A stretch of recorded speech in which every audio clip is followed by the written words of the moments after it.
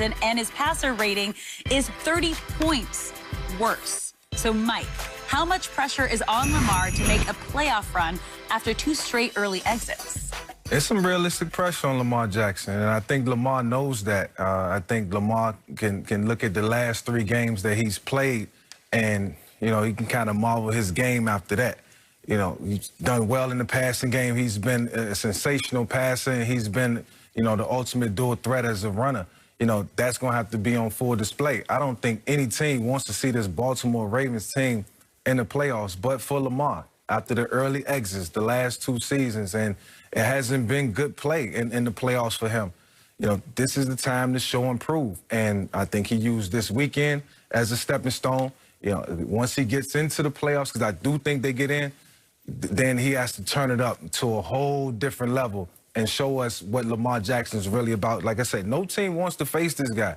You know, it's hard to defend probably one of the greatest or second greatest dual threat quarterbacks to ever play the game. So, you know, he's in prime position. I think the team understands, you know, what direction they need to go in. I think the coaches have reevaluated all the things that has made them successful, and they put it on full display. But ultimately, Lamar has the ball in his hands, and it's going to be up to Lamar, you know, to take this team to where they need to go. And it's not going to be an easy task. You know, I think the AFC Championship game is or nothing for Lamar this year. And he'll tell you that. He feels that. So, you know, that pressure is real. They compared him to you. These 7.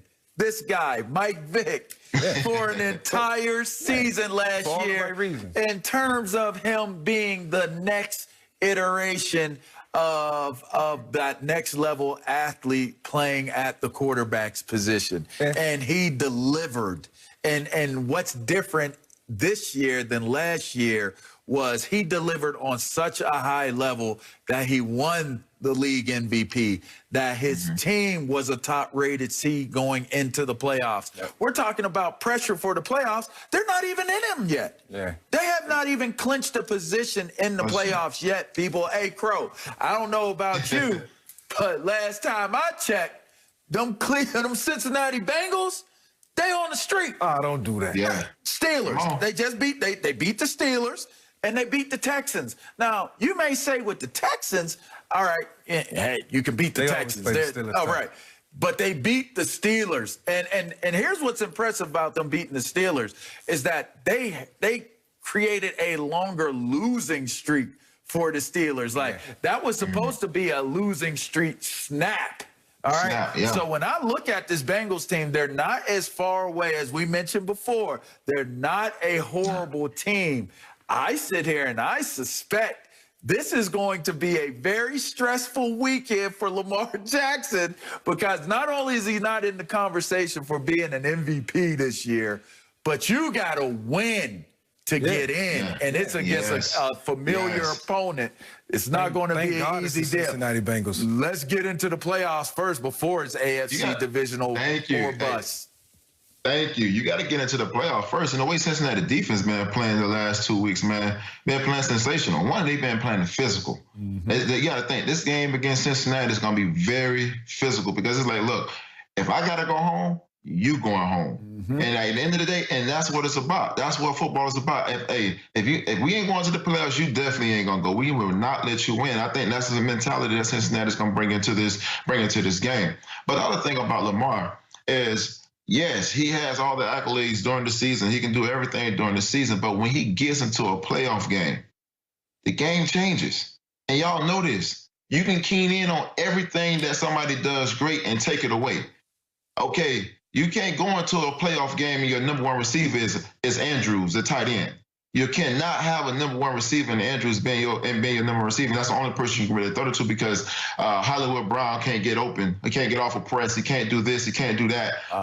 He only can run down the seam. So if you can't, Lamar Jackson can't throw outside of numbers. You know, I haven't seen him throw great outside the numbers. So when you keen into that and you can make him one-dimensional, what do you see?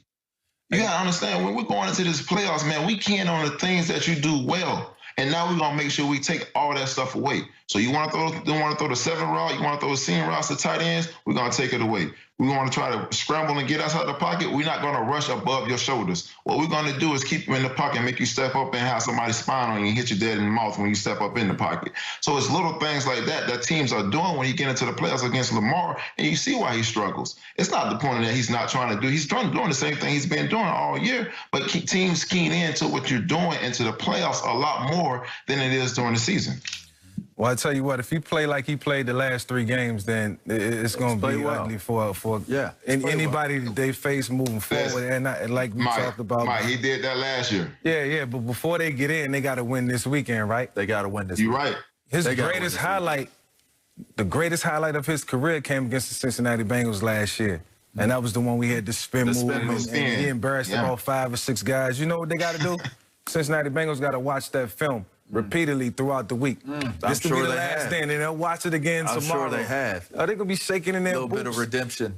I don't know that it's shaking. They're going to be shaking. I don't know about shaking. I don't know that it's shaking. I don't know about shaking. He's going to do it to him again. Whether at home or hey, Crow, tell him about when people like Mike Vick do that, when they did that to us. We got to come get you. You got to understand how this team is playing right now. They playing with a little confidence. Like y'all said before, the Cincinnati team has got something. Listen, y'all said it earlier on.